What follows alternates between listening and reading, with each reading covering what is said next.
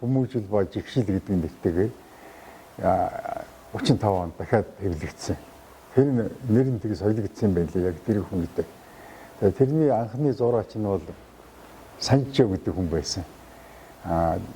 Очир хотын Санчо байд. Тэгээ заримдаа тэрний чинь Вэ Санчо гэж бичсэн байдаг. Тэгээ хуучин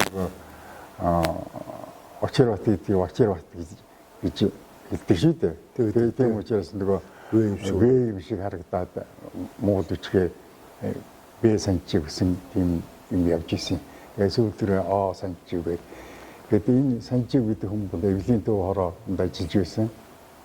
Тэгээд ер нь тэр үедээ хамгийн тэргүүний сэхэтнүүдийн тоонд ордог.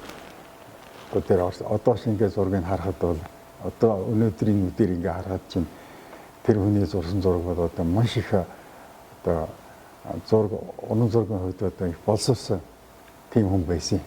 Тэгээд одоо тэрний зургийг бол та нар одоо харж байна. Жишээлбэл том улаан хүн гэдэг ийм зураг байгаа. Энэ тог барьсан. Энэ бол хүмүүжил ба жигшил гэдгийн нүүрэнд гарсан юм байна. Тэгээд эн чинь тэр үед л ерөөсөө энэ Очир хотын Санчивгүй сэтгүүл сонин гэж байхгүй болоод бүх газар л өргөдөн залгид байдлаар ингээд зураг зурдаг байсан. Тэгээд энэ залууч хүн байсан. Тэгээд энэ хүний чинь бүр алдаршуулж ирсэн энэ хүнийг дэмжиж газар болгон үрж зураг зурдаг байсан юм байна лээ. Тэгсэн чинь нэг удаа Санчива эвлийн төв хорон тэр лоозон бичих болоод тэгээд лоозон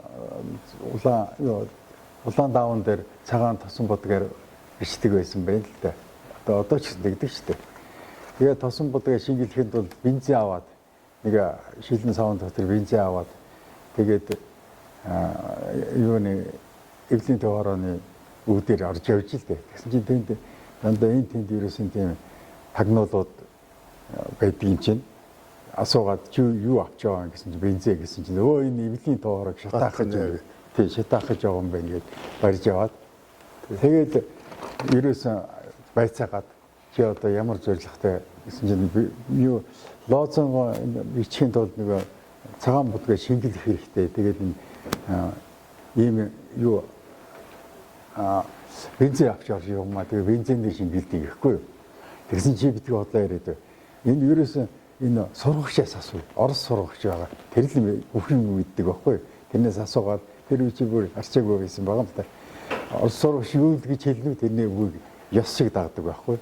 Тэгээ орос сургагчаас нөгөө нэг нахын ямны тэр хүн дагуулж ороод ой сургагчаа лоозон бичихэд бензин наада гэсэн байгаа. Наада гэж л дээ. Бензин наада гэсэн чинь өөрт нь бензин хэрэгтэй гэж санахгүй нөгөө.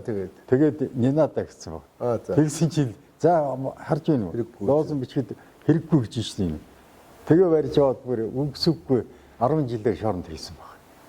Бүр тамлан зовоож тэнд чинь зодож 10 жил яс суусан. Ерөөсөн тэр чинь эсэргүү хүний чинь одоо тэр зөөлөн юуг нь хасан энэ гэж байдаг юм байна шүү дээ. Тэгээд энэ улс төрийн хоригдлгээд тэгээ 10 жил шоронд орсон. Тийм хүн шүү дээ.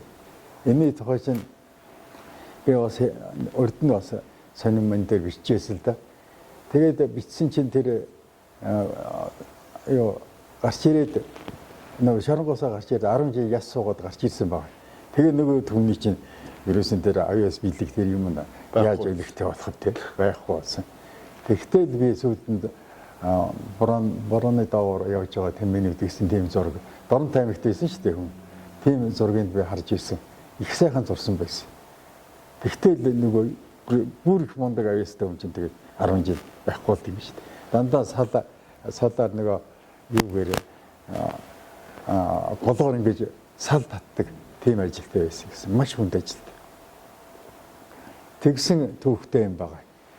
Тэгээгүү бол одоо үдээд ч гэсэн мөн аднаа гүрсэд энэ агуу их одгийвга энэний дайны тийм том шаг зураач байх л байж л дээ. Тэрэд ягаад тэр үеийн соёлын сэтгүүл бүх юм дээр бүх зурхал бүх юм болгоныг бол Санчив гэсэн хүн зурсан байдаг. Бүгдийг нэг үсэн хийдэг байл. Нэг сэтгүүлийг тэр байтугай Санчив дангаараа бүх зургийг зурж гаргасан бас байдгийг. Энэ төвхтэй юм аа.